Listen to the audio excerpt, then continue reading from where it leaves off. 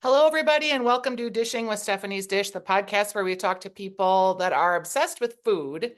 And Jason Derusha, I don't know how you feel about being introduced as being obsessed with food. I probably should start with that you're a very professional broadcaster first. I'm pretty obsessed though, so I think it works. I think it works. Jason is the host of Drive Time with Derusha from 3 to 6 on WCCO radio.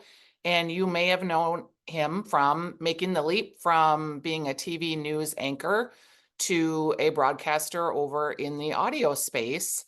And you and I are friendly. We like see each other at things and we chat, and you've been super helpful for me in my freelance journey.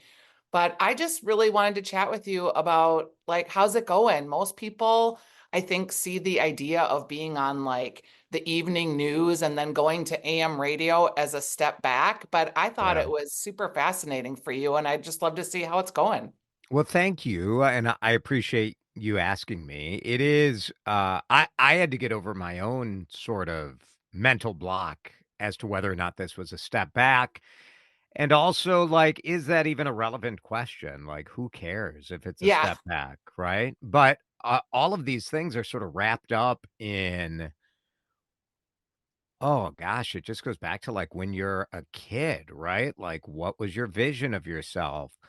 Is it okay to stop and say, like, I think I've achieved what I need to achieve? And that sort of, I don't know, it was an emotional decision for me because very much my identity was wrapped up in being the TV news guy. Yeah. And probably for my first year at WCCO radio, when I would do events, I would uh, still like sort of struggle with how do I introduce myself, and even stuff like talking to my kids about, you know, uh, as an alum of Marquette University, when I was the morning news anchor, like there was some prestige with that.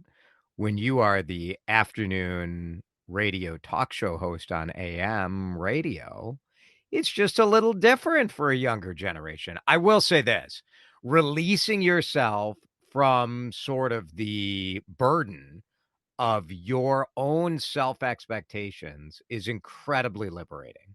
And doing something because you want to grow and you want to challenge yourself and you want to be sort of okay at something and then get better. Oh my gosh, like it has been so invigorating for me. I'm so glad I did it. It's such a weird thing too, because I came from radio and did then go to Mm, TV. yeah. And people act like TV is like the holy grail, but Yeah. yet you've been doing something for 15 years over here, and the mediums are both broadcast, but the way you interact with people is super different. Yes. Yeah, I've found, morning news and talk radio have a little more in common than when I was on the nighttime news. I remember when I was the good question reporter in the 10 o'clock news at WCCO TV. When I went to the morning show, all of a sudden there was this much more personal, intimate connection with the audience. And doing talk radio is like next level of that. Where on television, like people got little glimpses into my life, and on radio, all last week, uh, and we're recording this in early September, but when I was at the Minnesota State Fair, people were coming up to me wishing me good luck at dropping off my oldest at NYU because they knew this weekend I was going to New York to drop Yeah. off my oldest. Like they just have that relationship with you, which is really fun. I mean, I think I've always had maybe more of a personal relationship with the audience than like the traditional, stand on mount anchor desk and deliver the sermon sort of TV news anchor. That's never really been me. But it's just different when you have 3 hours to talk to people. One thing that's really struck me as a talk radio fan, and I have been for, I don't know, my whole life, really, from the time Yeah. that my dad made me listen to WCCO in the fifth Yeah. grade on the drive to school. Um, I'm very impressed with how you handle this time that we're in, where politics is so polarizing and people are just so feeling their feels all the time and really Yeah. need to share those feelings with you. I just was noticing on a post that you did that someone was mad that you weren't at the state fair on Labor Day. And it's like, wow, people. But also I love the way that you let people have their opinions, but you also don't let them abuse you. And I think there's a Mm, difference. yeah. Yeah, it's tricky. I mean, in TV news, I spent 25 years trying to get the audience to trust me.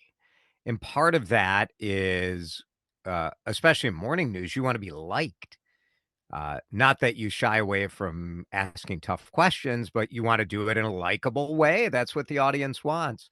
And here in the talk space, it's it's hard. It would be very easy if I were a left-wing talk show host or a right-wing talk show host. And then you just play the hits. You are essentially KDWB of political ideas. You play the top 40. You People know what you're going to do and you do it. And they like it. And people see in me what they want to see. So if they want to be mad at me and they are Republicans, and you're like, you can make a line between Trump supporter. I try to with Republican listeners, like, look, I am open to many Republican ideas. I'm not open to Donald Trump. Like, Yeah. sorry, he's disqualified himself for me. That is not something I talk about a lot on the show because what's the point? Other than making yourself feel, you know, good, I guess. I always think of my show as like the Thanksgiving table growing up, where my uncle was a lawyer. He went to Madison. My grandfather was a hardcore Ronald Reagan Republican. And everyone would duke it out, and everyone was welcome to join in. You were sort of expected to join in, and it was fine. Today we've taken, and I get it, some of the issues we're talking about are very fundamental issues to different people, right? It's a very white male sort of privileged position to say like most of these issues for me are not life and death. But I also think it's not good for political discourse that we've turned everything into life or death. And I don't know that what does that get us? Do we have better discussions? Do we have better participation? Do we have better policy because we've turned everything into a fundamental life and death, good or evil question? I don't see a benefit to it. So I try not to do that on my show. I have noticed a change in you from when you first started broadcasting on the station.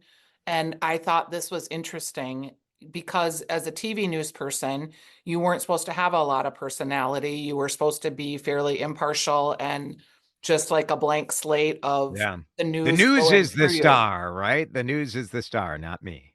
And I think it took you a little while to find your rhythm of what to push, what buttons to push, how hard to push. And I'm really pleasantly surprised and encouraged of the progress that you've made. I think you're just doing great. It's so nice. It's so nice of you to say that. I have had a tremendous coach at the radio station, and the thing I miss most about TV is the team. And I was more, I don't know, coworkers called me the CFO of our morning show, Hmm. and that stood for Chief Feelings Officer. And my job was to sort of keep the trains on the track and make sure everyone felt heard and validated. And I didn't always tell people they were right, but they always were heard. And so my job was to lift everybody else up. Well, in radio, it's me and a producer. That's it. And we have a brand manager who's like a program director of WCCO Radio, Brad Lane. And he's been tremendous. Uh, and you can talk to any of my managers over the year. I've always have good relationship with managers, but I generally don't like to be told what to do. Typical media Broadcaster. Yep. broadcaster, right? But in this case, like I needed guidance, I needed coaching. I didn't really know how to do this. I knew how to host and I knew how to interview, but I didn't really know how to navigate talk radio today, which is different from talk radio 10 years ago.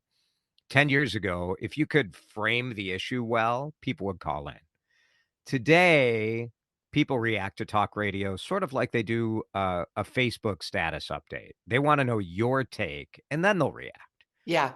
Well, that took me a lot of work because, uh, you know, do people really want to hear my take? Is my take valid? Do I have, it's all of those issues. And even as someone who's always had sort of an outsized personality in town, um, I still had that doubt of like, do I know what I'm talking about? What are people really?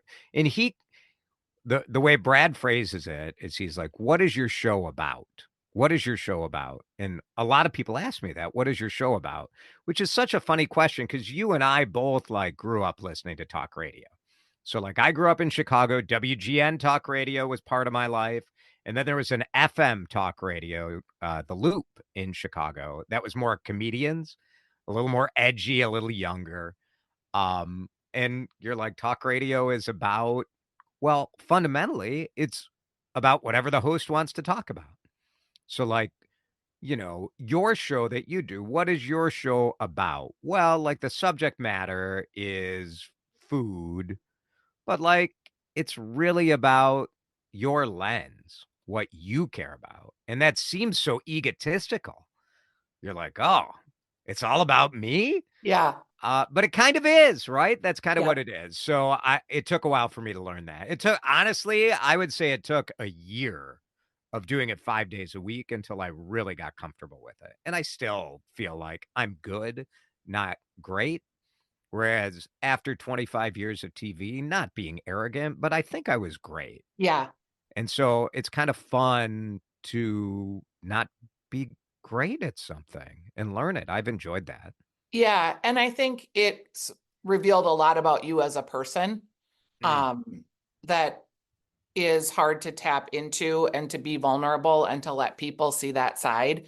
Particularly, we're performing these shows in a really polarizing time yeah. and in a Yeah. time where people just they go after you. I mean, the amount of personal attack that Yeah. hosts receive on something as benign as a food show, it's real. I'm surprised by it, to be honest. And I'm a very online person, so I shouldn't be surprised by it. But um, what's happened, and certainly you get it from people listening to you, but the people who actually listen uh, get it for the most part. Like there's some attack, but mostly the listeners. I don't know. All during the fair, I had people coming up telling me that like they disagree with me politically, but they really like how I do my show, which that's the best. But Yeah, but part of the challenge with the digital world and the social media world is, and I said this to someone this morning, how much of my energy am I supposed to spend on someone who doesn't listen and never will listen? So all day, every day, both the Republicans and the Democrats run against the media right now. The media is the media. Where's the media? Why doesn't the media say this? Why is this the headline? Why are you framing it this way? Media, media, media, media, which is sort of interesting considering supposedly no one cares about the media anymore and no one listens, no one reads, no one subscribes, no one. So you're like, but it's a great boogeyman, right? Like if you run against the media, you don't have to confront the fact that your candidate maybe sucks, right. right? Like it's my fault. Um, and that's been a bit of a challenge for me to figure out, like, obviously I want to convince people to give my show a chance, but I think most of the people who are engaging in sort of a negative way uh, are not convincible, right? Like they're not. So how much of my energy am I supposed to spend on that? I don't know. It's a bit of a challenge. Well, and I do think they listen. I think that people love to have feelings and Yeah. emotions. And Yeah. if they're True. not sure where to have them, or they are in a place in their life where they're lonely or they're othered or whatever the Yeah. case may Yeah. be, I think sometimes people tune in just to feel something because they feel Hmm. empty inside. Yeah. Yeah. And you get, I don't know, like I always try to remember that there are, and the same is true of callers or texters on radio. There are a lot more people who are listening, who are lurkers, right? Like that's what we would call them on Facebook or Twitter, the lurkers. So by modeling sort of reasonable, friendly, but passionate discussion, I think there's some benefit to that for the people who are observing and don't want to jump into the mess. Do you ever think about getting off Twitter? I know a lot of media personalities have. I do, but mostly I enjoy it. Like mostly I get positive interaction out of it. I've started to curate it a little more. Like I mute a lot of people that, if I feel someone getting my blood pressure rising, I'll just mute them. It's okay. Like they don't need like block. I don't need to do that. But like and people who I have a policy, if you call me or my family a name, you just get blocked. Like there's no, I don't need that. Um, so I do think about it. It is one of those things where you're like the upside of something like Twitter X. The upside is you get a lot of audience. I have, I don't know, 80,000 followers there. Certainly most people don't see all of that stuff, and who knows how many are relevant. But a normal tweet of mine might get seen, might get, 10, 20, 30,000. Like that's pretty good. It's So that also so immediate when you're it's on the yeah, air. Like yeah. you're getting, Oh, for show, it's amazing. Like what I never think about leaving. I think about, and I have adjusted what I will post about. Just because it's not really fruitful for the most part. And you think like, is my voice needed on this topic? Not really. Like, so do I need to weigh in on a lot of political type things? Not really. So I've sort of cut down on that. But you're right, like, from a listening standpoint, from a breaking news standpoint, it's amazing. It's unparalleled, frankly. yeah, I would agree with that. You took a weight loss journey and I think you lost 40 pounds last I Yeah, checked. yeah. And you've always been someone in the food space. Did that feel conflicting for Mm. you to do the weight loss route and at the same time be championing and talking about all the food? Yeah, I mean, people ask me all the time, they're like, "How do you eat this much?" I'm like, "Well, I'm sharing, I'm taking bites, whatever." I do think about it, right? I think the reason that I lost weight was so I could live, not so I could hide. And so I don't really feel conflicted about that. The truth is, though, could I have lost that weight by eating out 4 nights a week? Probably not. Yeah.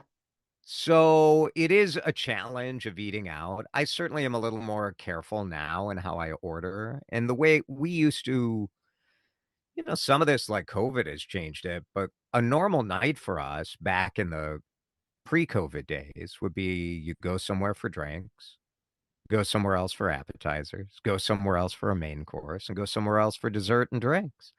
And thinking about that while I was on the weight loss journey, like I was probably eating 4,000, 3 or 4,000 calories a night just in Yeah. that, like not lunch, not breakfast. And so that's not sustainable. But can I do that occasionally? Sure. Yeah. Why not? So what the biggest thing I was conflicted about is the weight loss journey that I took. I've always been like sort of an organic, whole foods, farm to table type eater.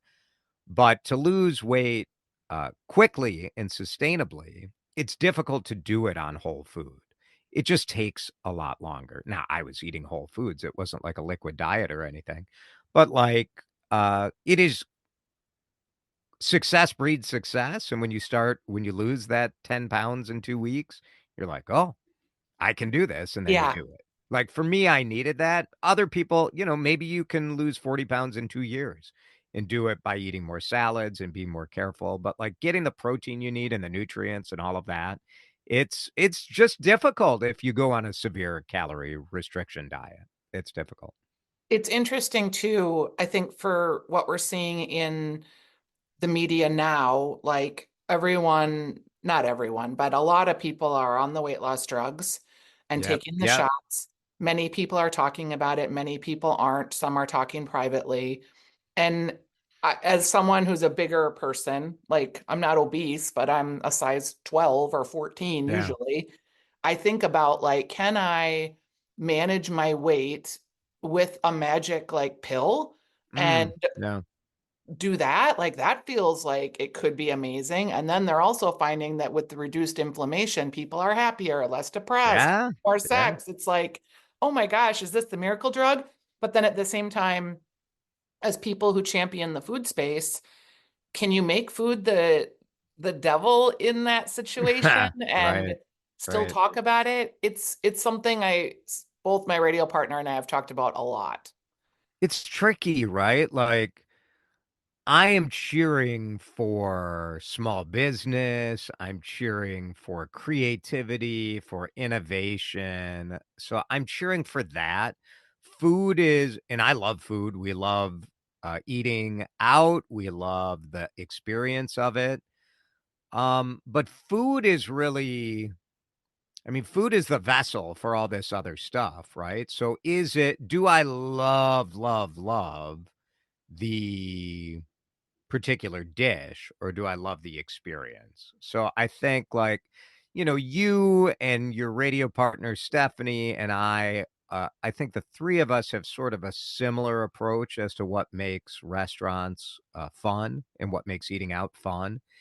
And it's more the social experience, the room, the way you feel, the people you're with. Like, yes, good food, technique, all of that matters, but the other stuff matters more. And so when I was losing weight, my wife and I, we had to sort of radically re-envision what we were going to do for fun. So, because we knew, like, what would we do on a Saturday if we had a day free? Like maybe go to a tap room or maybe go to a bar. It's like we can't do that. So we're like, all right, let's go for a hike. Or, you're trying some different Yeah, stuff. It's interesting as you age too, right? Like I can't eat the way I did 10 no. years ago. And also like I became recently aware, which why it took so long, I don't know, of like that what I view as fun is always food related. It's Yeah. always my go-to thing. And Us too. Yeah. I don't think about like, oh, let's go have a bike ride. I think about let's go have a bike ride to this brewery or this Yes. orchard, or it's like Yeah. the destination, not the journey. We're trying to like, we went to a show at the Guthrie a couple weeks ago. It's like, oh, and we loved it. And it's like, okay, let's remember to kind of, Yeah. sprinkle the other stuff into. I want to just thank you for some of the folks you've had on Derusha Eats. I was thinking about Manny from Manny's Mm, Tortas. yes. 25 years, Manny Gonzalez has been over there doing the work. And I was just really taken aback when he said he'd never been on the radio in 25 years. And I thought, well, good for you for having him on. And wow, why did it take us so long? There's so many great voices out there and so much more to our food scene than the typical, James Beard award winning chef, right? Yeah. Yeah. That was a lesson I learned in my TV years of doing stories on restaurants. The audience resonated with like the neighborhood pizza place a Yeah. lot more than the James Beard Award type place. And like, I don't know, I think about that often, right? Like people get more jazzed about Mama's Pizza in St. Paul or Lattiff's in Lattice. Plymouth, Yeah. where they've got like the diamond is sort of the diamond shaped cut. um People resonate with that more, and that makes sense, right? Like it's the reason the Cheesecake Factory back in the day was like the biggest restaurant opening of that year, Yeah. because people don't like feeling dumb. They don't like looking at menus where they don't know what the ingredients are or they don't know how to say it. And neighborhood pizza places are awesome, right? Like they support the softball teams and they support the youth soccer teams. And so I've always tried to give those guys a voice. It is a balance of like, how do you keep it? Hmm. So what really helps me is my producer Dan Cook does not care about restaurants at all. He doesn't care. He is Mr. Meat and Potatoes. He Yeah, doesn't know anything that I'm talking about. And so when I do an interview where he's like, "Oh, that was really interesting," like he loved the Manny Gonzalez yeah, interview, and you're like, "Okay, that's really what I'm trying to do." So I do think about that a lot. Like I definitely light up with the classics more. So like the Bill Kozlak from Jack's yeah. Cafe, That was a great interview too. like those ones.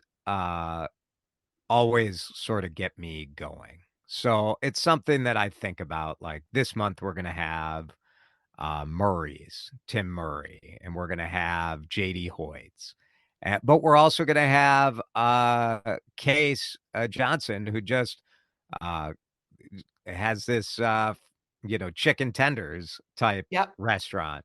So, like, I try to think, can we have more women on? Can we have more people of color on? Do we have the classics who don't get the love on? Like, I'm always trying to think of that stuff.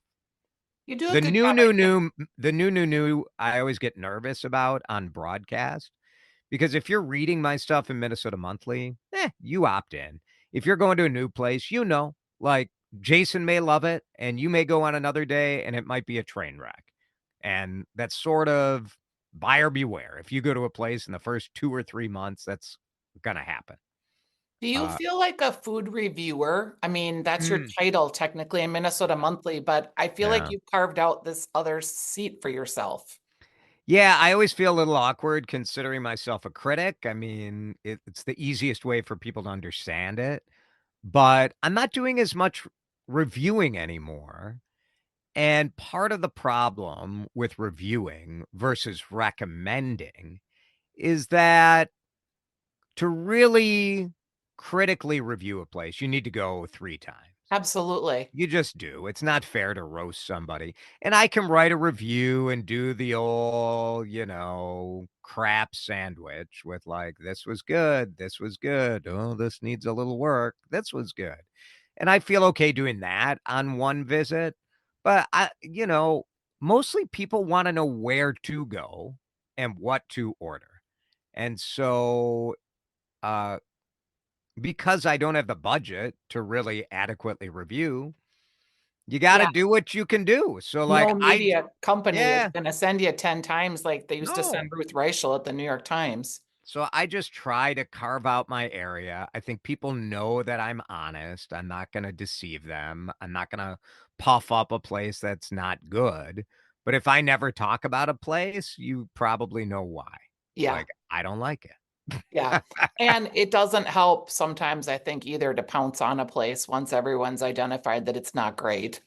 No, and I think there is a space for like informed recommendation, right? We have like the TikTok, Instagram world of like, this is open, woo! Like you have that, and that has its usefulness too. Like people like to chase that. That's fun. But I try to be like, all right, I'm gonna give you an informed recommendation. It's not quite a review. I don't know. I try. I try. It's a tricky thing, right? Like what does the audience want? Do people always say they want critical reviews, but like just not about their favorite place. Like Yeah, I don't know that exactly. people really want critical reviews. I don't know. I don't What's next for you? You've launched your Substack. I've got 10 minutes left, and in that 10 minutes, I want to know what's next and also know. the most embarrassing thing in your refrigerator. Mm. Um, so what's next? For me, I am hoping to launch like a more unified brand. I have like all of these different things under my umbrella and none of it looks the same. None of it has the same logo. No, you're like, what are we doing here? So Yeah, I'd like to unify things a little bit. Um, the Substack, you sort of inspired me to switch over to Substack from doing like a MailChimp email I was doing. I've loved that outlet. Um, so that's been really fun. Trying to figure out like Minnesota Monthly pays me to write. Like I got to write for them. Like I'm not saving it all for the newsletter. Like yep. how do you make that work is something that I'm sort of working on. But I would like the other thing that I would like to launch, and I do release my restaurant interviews in podcast form. And over the next year, I sort of want to figure out like what is the right way to do that. Should I be, I experimented. I did an interview with Same Wadi where we taped it ahead of time instead of doing it live on the radio. And so I spent 45 minutes with him asking questions. And so it was a longer podcast. And I think people liked that. So trying to figure out like how do I do the radio? I'm doing 3 hours of radio a day. So it doesn't Right. leave as much free time as my family jokes that I work 3 hours, but you're like, well, An hour and a half of prep for every hour on the radio. it takes a little bit of reading and planning and all of that. So that's, I'm the concrete plan is relaunch jasonderusha.com. There's that website was built like 8 years ago. I'd like to freshen that up. So brand refresh, website refresh. Those are the big plans for the next year. Try not to get fired during this political stretch. Don't get Yeah. canceled. All of Okay, those things. what's embarrassing that's in your fridge? Oh, what is embarrassing that's in my fridge? There's currently a bottle of Kirkland sparkling rosé in my fridge. But it is kind of good. It's kind of good. I mean, that's a little embarrassing. That's funny. Yeah. Yeah, I like it. that's probably the most embarrassing thing in there right now. You know what else is kind of interesting about you? And I work for freelance myself. So Mhm. I'm 1099 everywhere I work. And I see myself as my own company, my own brand. I also see you as seeing yourself like that. And that's interesting Yeah. to me and a shift for you. Yeah, at some point that might be where it goes. I will say, like, as someone sort of new to the side hustle world, it's exhausting. Yeah, it's really hard. Like, you're pitching yourself all the time It's very hard. and, trying there's something to be said for, like, every 2 weeks, like, the check comes. I have the Yeah, regular job. It's kinda nice. So, you know, when you're pitching yourself a lot for $1,000 here or for a trade out, like, "Oh, free okay. meal. Yeah, I don't do a ton of that." But, like, it does get exhausting, and then you have different clients who have different needs, so, like, one of the things I'm struggling with right now is there's a restaurant owner who owns, I don't know, 5 or 6 different local restaurants. I love these restaurants. So he asked me about, like, doing influencing for him, doing a little digital campaign, and the trick is, like, at what point like, if I'm getting paid, like, how many restaurants c is that okay for? Like, do people start doubting my reviews? Does that or my recommendations? Like, how do you keep integrity in what you're doing, but also, like, keep the lights on so you can do it? Tricky. It's a line, and I don't have the answer because I've struggled with it myself. All I can say is if you are approaching it with integrity, but I don't know, when someone sells an endorsement for you on the radio station, they're making 80 grand and you're Yeah. making $5,000. Right. So Right. I did an endorsement for Certix, which I know you've done, Yeah. and people still, I mean, people will associate me with Certix till the end of time. Yeah. And Yeah, it's great it's because I love the family and that's why I did the project that I did because I really enjoy them as people Yep. and Yeah. stewards of Northeast. But yeah, it does close doors. And, was it worth it? I don't know. Right. Yeah, it's a little tricky just trying to figure that out. And like, if I were not writing for Minnesota Monthly, then I wouldn't even worry about it. Yeah, it would be different for sure. But like, in the Minnesota Monthly thing is opens a lot of doors for me, right? Yeah. When you say you're the food writer, I mean, how many food writers are there for regional magazines across the country? 50? 10. 10? I know there are not that many. So that's sort of a job where it's like it pays for itself. Like, who cares that I don't get paid that much for it? it opens so many doors. So, but then if you're not going to cash in on those doors opening, what are you doing? So like Yeah, trying to figure it, all of that stuff is, I spend a lot of time thinking about that and me trying to, too. yeah, just My trying to keep integrity and also like make things worth your time.